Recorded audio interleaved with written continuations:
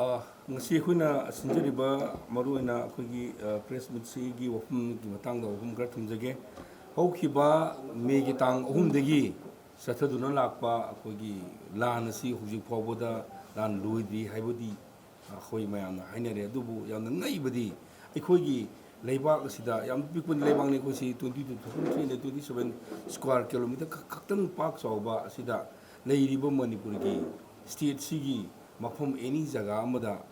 muru in particular jaga kharada Moreh da Chuchanpur da aduga Kangpokpi da hariba jaga sida akhoi state ki force na sangbang amdaba se masi khwaidagi laibak thiba pot amani haiba tare masi karigino haiba matamda atopa leibak amaga lanthengnabugi type ta tawbugi mungsi masi gi pot mayam se manipur gi miyamna haktengnena masi mudi pendre haibasi mudi lengangna khangbiro aduna hojiki lakchaning bo wafum di kaino haibda akhoi state ki manungda state ki force na sangbangam kari mo thabama kamta tawbungam daba base leibak se leiribagi khudam la haibasi COCOMI gi maikai digi kanoda akhoi lenga kita akhoi thumjari aduna manipur miyamna pami basi lo si maru oina akhoi mayam hainaba singdina lo ma chalabra aduga tamdana lo ma chalabra singda chaliba lo du maru oina akhoi gi hairiba jaga sing Kangpokpi aduga sigi akhoi gi Moreh aduga Chuchanpur gi area sida huji phawda karimda state force na state lengang kam tawbungam do si yamna laibuk thibani siga mari leinana akhoi gi huji haukiba num khandi gi mamang digi Moreh gi area sida akhoi Moreh si yamna special oiba kano area ni aduna rabo meno Indiana su hairiba jaga sida tung anba media ngam yinga kanda ek is policy gi achoba kano tongana bo kholiba jaga sida kana gumumi furu kharana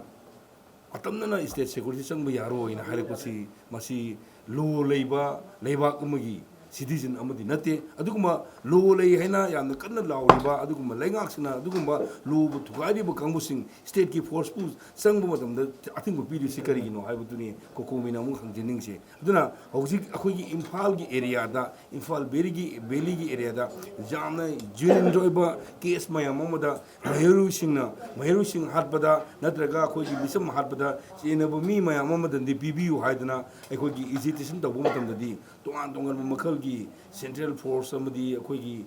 Manipur force na singba security force na singna ko rubber bullet aduga akhoi gi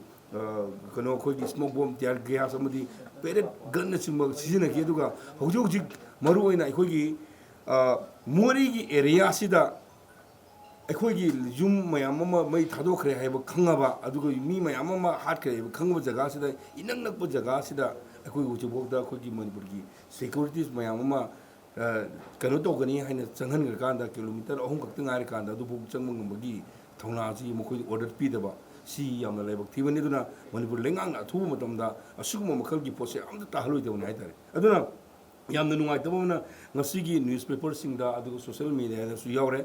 hoji akhoi gi Moreh da akhoi gi lenga ki law and order ngang ne bagi dum thammi ba akhoi gi security forcing gi mokoi thamoida yam nungai ta podam khak le remandi mokoi le har kanda orders bibi daba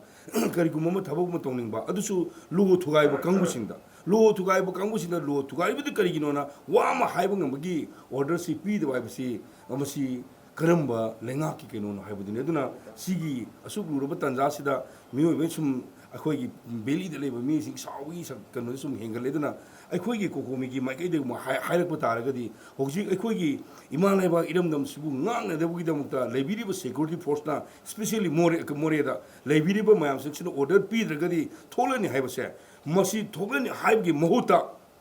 nakoina akhoi gi lebiri ba security force na law and order ngang na bugi damukta thabuk khudum gi tobi haiba posi COCOMI gi mai thame aduga karigumba adugi potu tawbu matamda athau kano gi angamba singi natraga mathak thongbugi karigumba order ngakti gaina tawbu targadi angamba singu kana no du Manipur miyam na para tambi bi tanjam yore sini khoina haji sini aduna leiba films da law and order de ngai haibu khangna na bugi damukta leibiri ba chama na bai ko law ma especially in Moreh da hoje khoi leiba sinche Manipur lengang na masigi mayam sik sentiment sik urakanda suguma wafum amata tahandana na posa atubung tam tawgdabani aduga